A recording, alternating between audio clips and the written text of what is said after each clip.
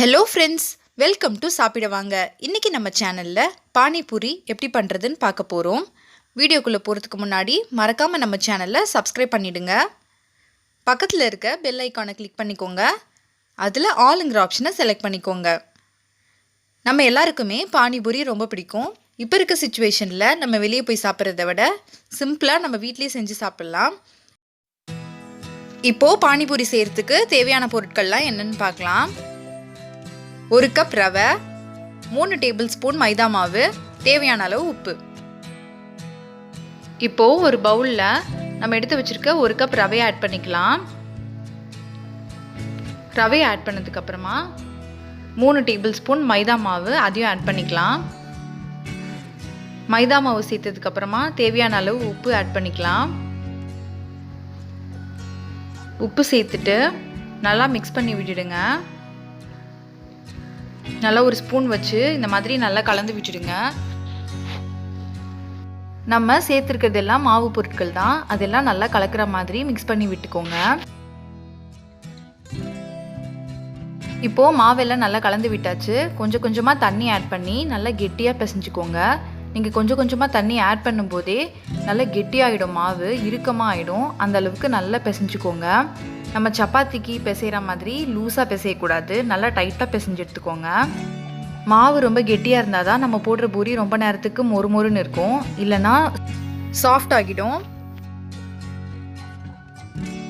பாருங்கள், மாவை இந்த அளவுக்கு நல்லா கெட்டியாக பிசைஞ்சதுக்கப்புறமா அது காஞ்சிடாமல் இருக்கிறதுக்காக நம்ம ஒரு ஈர துணியை நினச்சி அது மேலே மூடி வச்சிடலாம். மாவு காஞ்சிருச்சுன்னா நமக்கு பூரி ஒழுங்காக வராது. எப்போவுமே அதில் இந்த மாய்ஸ்சர் இருக்க மாதிரி பார்த்துக்கோங்க. இந்த மாதிரி ஈர துணி போட்டு மூடி வச்சுக்கோங்க.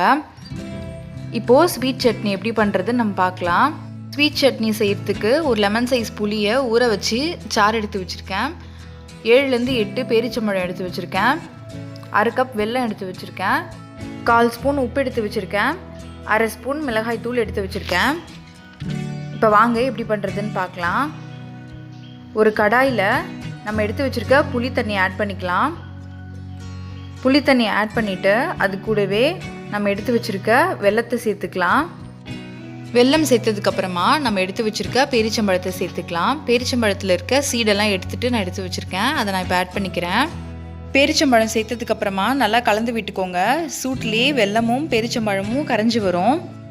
வெல்லத்தை நீங்கள் உடச்சி கூட சேர்த்துக்கலாம், சீக்கிரமாக ரெடி ஆகிடும்.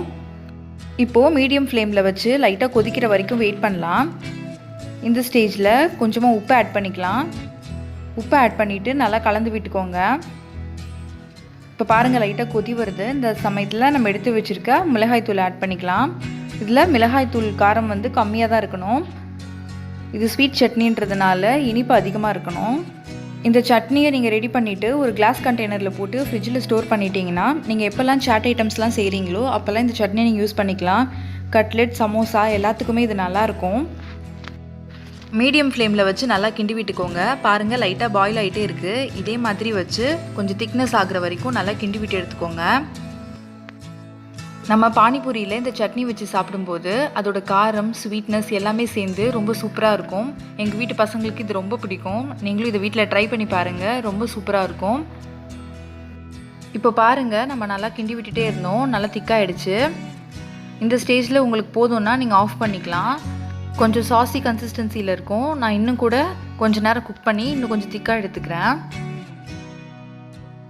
இப்போ பாருங்கள், நல்லா கெட்டியாகி வந்துடுச்சு, ஒன்று சேர வந்துடுச்சு. இந்த ஸ்டேஜில் நான் ஸ்டவ் ஆஃப் பண்ணி எடுத்துக்கிறேன். இப்போது இதை நான் ஒரு மிக்ஸி ஜாரில் மாற்றிட்டு அதை நல்லா பேஸ்ட்டாக அரைச்சி எடுத்துக்கிறேன். அவ்வளோதான், நம்மளோட ஸ்வீட் சட்னி ரெடி ஆகிடுச்சு. பாருங்கள், நல்லா அரைஞ்சி வந்திருக்கு. இப்போது இதை தனியாக ஒரு பவுலில் போட்டு எடுத்து வச்சுக்கலாம். அடுத்தது பொட்டேட்டோ ஸ்டஃபிங் எப்படி பண்ணுறதுன்னு பார்க்கலாம். 3 உருளைக்கிழங்கை பாயில் பண்ணி எடுத்து வச்சுருக்கேன். அதே இந்த மாதிரி ஃபோர்க் வச்சு நல்லா குத்தி விட்டுக்கோங்க. நல்லா மேஷ் பண்ணிக்கோங்க. பொட்டேட்டோ மேஷ் இருந்துச்சுன்னா அதை வச்சு நல்லா மேஷ் பண்ணிக்கோங்க. ரொம்ப மசிச்சிடாமல் சின்ன சின்ன உருளைக்கிழங்கு பீசஸ் இருக்கா மாதிரி மசிச்சு எடுத்துக்கோங்க. அப்போது தான் பூரியில் வச்சு சாப்பிடும்போது நல்லாயிருக்கும். இந்த அளவுக்கு நல்லா மசிச்சு எடுத்துக்கோங்க. நம்ம மசிச்சு வச்ச உருளைக்கிழங்குல பொடியாக நறுக்கின வெங்காயம் 3 டேபிள் ஸ்பூன் ஆட் பண்ணிக்கலாம். இப்போது வெங்காயம் ஆட் பண்ணதுக்கப்புறமா சாட் மசாலா ஒரு 1/2 ஸ்பூன் ஆட் பண்ணிக்கிறேன். சாட் மசாலா ஆட் பண்ணிங்கன்னா கடையில் வாங்குற மாதிரி அதே டேஸ்ட்டில் இருக்கும். உங்ககிட்ட சாட் மசாலா இல்லைன்னா இதை நீங்கள் ஸ்கிப் பண்ணிக்கலாம். மற்ற பொருட்கள்லாம் சேர்த்துக்கோங்க. சாட் மசாலா சேர்த்ததுக்கப்புறமா 1/2 ஸ்பூன் கரம் மசாலா ஆட் பண்ணிக்கிறேன். கரம் மசாலா ஆட் பண்ணிவிட்டு ஒரு 1/4 ஸ்பூன் மிளகாய்த்தூள் ஆட் பண்ணிக்கிறேன். மிளகாய்த்தூள் வேணான்னு நினைக்கிறவங்க ஒரு 2 பச்சை மிளகாவை பொடியாக கட் பண்ணி இதோடு சேர்த்து ஆட் பண்ணிக்கோங்க. இப்போது மசாலா எல்லாம் ஆட் பண்ணியாச்சு. இது கூட கொஞ்சமாக கொத்தமல்லியை சின்ன சின்னதாக கட் பண்ணி ஆட் பண்ணிக்கிறேன். கொத்தமல்லி வந்து இந்த உருளைக்கிழங்குக்கு நல்ல ஃப்ளேவர் கொடுக்கும். இப்போது இது எல்லாத்தையும் சேர்த்து நல்லா மிக்ஸ் பண்ணி விட்டுக்கலாம். நம்ம சேர்த்த மசாலா எல்லாம் உருளைக்கிழங்குல நல்லா பிளெண்ட் ஆகிற மாதிரி நல்லா மிக்ஸ் பண்ணி விட்டுக்கோங்க. உருளைக்கிழங்கு வேக வைக்கும்போது கொஞ்சமாக உப்பு சேர்த்து வேக வச்சேன். இப்போது மசாலா ஐட்டம்ஸ்லாம் சேர்த்துருக்கோம், அதுக்காக உப்பு சேர்த்துக்கலாம். உப்பு சேர்க்கும்போது பார்த்துட்டு சேர்த்துக்கோங்க. செக் பண்ணி பாருங்கள், கொஞ்சம் கொஞ்சமாக ஆட் பண்ணிக்கோங்க. இப்போது உப்பு சேர்த்ததுக்கப்புறமா நல்லா மிக்ஸ் பண்ணி விட்டுடலாம். சின்ன பசங்க காரம் சாப்பிட மாட்டாங்கன்னு நினச்சிங்கன்னா நீங்கள் மிளகாத்தூளையும் சரி மிளகாவையும் சரி அவாய்ட் பண்ணிக்கோங்க. கொஞ்சமாக சீரகத்தூள் ஆட் பண்ணிக்கோங்க, ஃப்ளேவர் நல்லாயிருக்கும். இப்போது பூரிக்கு மாவு திரட்டிக்கலாம். நான் 10 நிமிஷம் அப்படியே ஈர துணி போட்டு மாவு அப்படியே வச்சுட்டேன். இப்போ 10 நிமிஷத்துக்கு அப்புறமா எடுத்து இந்த மாதிரி திரட்டிக்கலாம். மாவு கொஞ்சம் கெட்டியாக தான் இருக்கும், அழுத்தி திரட்டிக்கோங்க. ரொம்ப மெலிசாக திரட்டிட வேண்டாம். மாவு ரொம்ப திக்காக நம்ம திரட்டிட்டாலும் பூரி ஒழுங்காக வராது. அதே சமயத்தில் ரொம்ப தின்னாயிட்டாலும் பூரி ஒழுங்காக வராது. ரெண்டுத்துக்கும் நடுவில் ரொம்ப தின்னாவும் இல்லாமல் திக்காவும் இல்லாமல் திரட்டி எடுத்துக்கோங்க. நான் திரட்டிட்டு உங்களுக்கு காட்டுறேன் பாருங்கள்.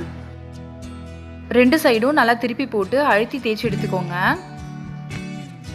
இதில் மைதா நம்ம கம்மியாக தான் சேர்த்துருக்கோம், ரவை தான் நிறைய சேர்த்துருக்கோம். அதனால பூரி நல்லா மொறுமொறுப்பாக தான் இருக்கும். நீங்கள் இந்த மாதிரி மாவு பிசைகிற ஸ்டேஜ்லேயோ இல்லை இந்த மாதிரி திரட்டுற ஸ்டேஜ்லையோ ஏதாவது ஒரு மிஸ்டேக் ஆகிடுச்சுன்னா பூரி வந்து மொறுமொறுப்பாக வராது.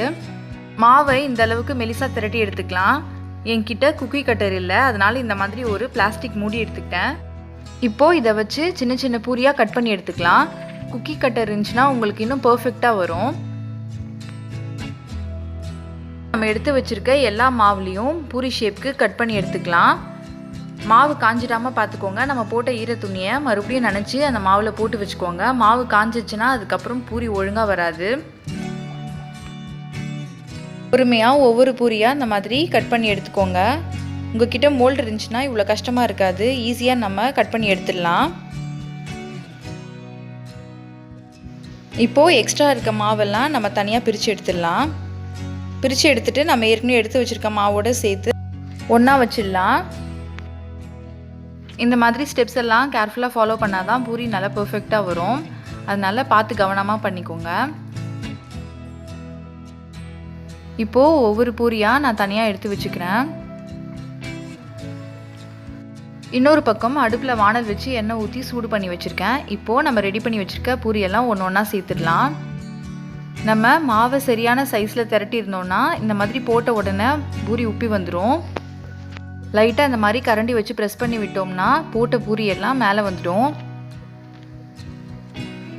பாருங்கள், பூரியெல்லாம் நல்லா உப்பி வந்துடுச்சு. இப்போது ஒன்று ஒன்றா நம்ம திருப்பி போட்டுக்கலாம். ஹை ஃப்ளேமில் வைக்காதீங்க, சீக்கிரமாக கரிஞ்சிடும். ஸ்லோ ஃப்ளேமில் வச்சிங்கன்னா நிறைய எண்ணெய் குடிக்கும். அதனால் மீடியம் ஃப்ளேம் வச்சுக்கோங்க. மீடியம் ஃப்ளேமோட கொஞ்சம் ஹையாக வச்சுக்கோங்க. பூரி நல்லா குக்காகி இந்த மாதிரி பபிள்ஸ்லாம் அடங்கினதுக்கப்புறம் உடனே எடுத்துடாதீங்க. கொஞ்சம் நேரம் அப்படியே விட்டிங்கன்னா பூரி ரொம்ப நேரத்துக்கு மொறுமொறுன்னு இருக்கும். அதோட கலர் மாறுற வரைக்கும் வெயிட் பண்ணுங்கள். இப்படியே எடுத்திங்கன்னா லைட் கலரில் இருக்கும். நல்லா ஃப்ரை ஆகி நம்ம கடையில் வாங்கும்போது கோல்டன் ப்ரௌனில் இருக்கும் இல்லையா, அந்த மாதிரி கலர் மாறுற வரைக்கும் வெயிட் பண்ணி ஃப்ரை பண்ணி எடுத்துக்கோங்க. இப்போ பாருங்கள், பூரியெல்லாம் நல்லா ஃப்ரை ஆகி பபிள்ஸ் எல்லாம் சுத்தமாக அடங்கிடுச்சு. இப்போ நல்லா குக் ஆகிடுச்சு. இப்போ இதை நம்ம வெளியே எடுத்துடலாம். இதே போல் நம்ம எடுத்து வச்சுருக்க எல்லா பூரியையும் ஒன்று ஒன்றா சேர்த்து பொரிச்சு எடுத்துக்கலாம். பூரியெல்லாம் எண்ணெயில் போட்ட உடனே எப்படி உப்பி வந்துருச்சுன்னு. நீங்கள் பிகினராக இருந்தீங்கன்னா மாவை நல்லா திரட்டிட்டு மோல்டு வச்சு கட் பண்ணிவிட்டு ஒரே ஒரு பூரி போட்டு பாருங்கள். உங்களுக்கு எந்த திக்னஸில் சரியாக வருதோ அதையே நீங்கள் ஃபாலோ பண்ணிக்கோங்க. நம்ம பூரி இந்த அளவுக்கு பொரிச்சு எடுத்தால் தான் ரொம்ப நேரம் வரைக்கும் மொறுமொறுப்பாக இருக்கும். நம்ம பூரி எடுத்து நம்ம ஸ்டஃபிங் வைக்கிறதுக்கு உடைக்கும் போது அந்த சவுண்டு நல்லா கிறிஸ்பியாக வரணும். இப்போ பாருங்கள், பபிள்ஸ் எல்லாம் அடங்கிடுச்சு. இன்னும் கொஞ்சம் நேரம் இதை விட்டுட்டு நம்ம இதை வெளியே எடுத்துடலாம். இப்போ இருக்க சிச்சுவேஷனில் நம்ம வெளியே போய் இந்த மாதிரி சாட் ஐட்டம்லாம் வாங்கி சாப்பிட்றது அந்த அளவுக்கு நல்லதில்லை. அதனால் நம்ம வீட்டிலே இதை மாதிரி செஞ்சு கொடுத்தோன்னா பசங்களும் நல்லா விரும்பி சாப்பிடுவாங்க.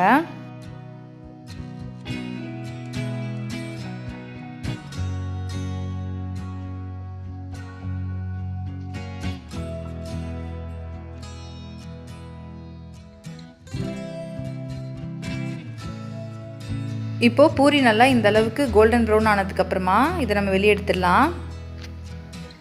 அவ்வளோதான், நம்ம பூரியெல்லாம் ரெடி ஆகிடுச்சு. இப்போது பானி எப்படி பண்ணுறதுன்னு பார்க்கலாம். ஒரு மிக்சி ஜாரில் 1/2 கப் புதினா, 1/2 கப் கொத்தமல்லி இலைகளை சேர்த்துக்கிறேன். அது கூடவே 3 பச்சை மிளகாவை ஆட் பண்ணிக்கிறேன். 1 இன்ச் இஞ்சி ஆட் பண்ணிக்கிறேன். இப்போது இது எல்லாத்தையும் சேர்த்து அரைச்சிட்டு ஒரு வடிகட்டி வச்சு இதை வடிகட்டி எடுத்துக்கலாம். மிக்சி ஜாரில் இன்னும் கொஞ்சம் தண்ணி சேர்த்து இது கூட ஆட் பண்ணிக்கோங்க. நல்லா வடிகட்டி எடுத்துக்கோங்க. இப்போது நல்லா வடிகட்டி எடுத்தாச்சு. அது கூட நான் 3 டம்ளர் பெரிய டம்ளரில் தண்ணி ஆட் பண்ணிக்கிறேன். நம்ம கடையில் பானிபூரி சாப்பிடும்போது பானி எவ்வளோ தண்ணியாக இருக்கும் நமக்கு தெரியும் இல்லையா, அந்த அளவுக்கு தண்ணி ஆட் பண்ணிக்கலாம். இப்போது தேவையான அளவு உப்பு சேர்த்துக்கலாம். உப்பு சேர்த்துட்டு 1/2 ஸ்பூன் சாட் மசாலா சேர்த்துக்கலாம். 1/2 ஸ்பூன் சீரகத்தூள் சேர்த்துக்கலாம். சேர்த்துட்டு நல்லா கலந்து விட்டுக்கோங்க. அவ்வளோதான், நம்மளோட பானி ரெடி ஆகிடுச்சு. ஒரு லெமனோட ஜூஸ் ஆட் பண்ணிக்கலாம். கடைசியாக பானியில் கொஞ்சமாக காரா புத்தி சேர்த்துக்கலாம். இப்போது எல்லாம் தயாராகிடுச்சு. இப்போ எப்படி ஸ்டஃப் பண்ணுறதுன்னு பார்க்கலாம். ஒரு பூரி எடுத்துக்கோங்க.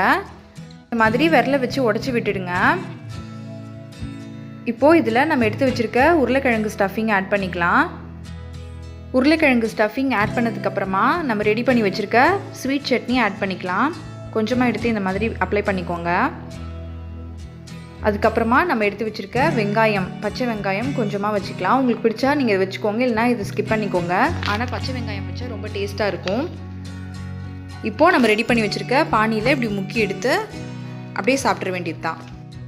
அவ்வளோதாங்க, நம்மளோட பானிபூரி ரொம்ப சுலபமாக தயாராகிடுச்சு. இந்த வீடியோ உங்களுக்கு பிடிச்சிருந்துச்சுன்னா லைக் பண்ணுங்கள், ஷேர் பண்ணுங்கள், கமெண்ட் பண்ணுங்கள் அண்ட் மறக்காமல் நம்ம சேனலுக்கு சப்ஸ்கிரைப் பண்ணுங்கள். தேங்க்ஸ் ஃபார் வாட்சிங்.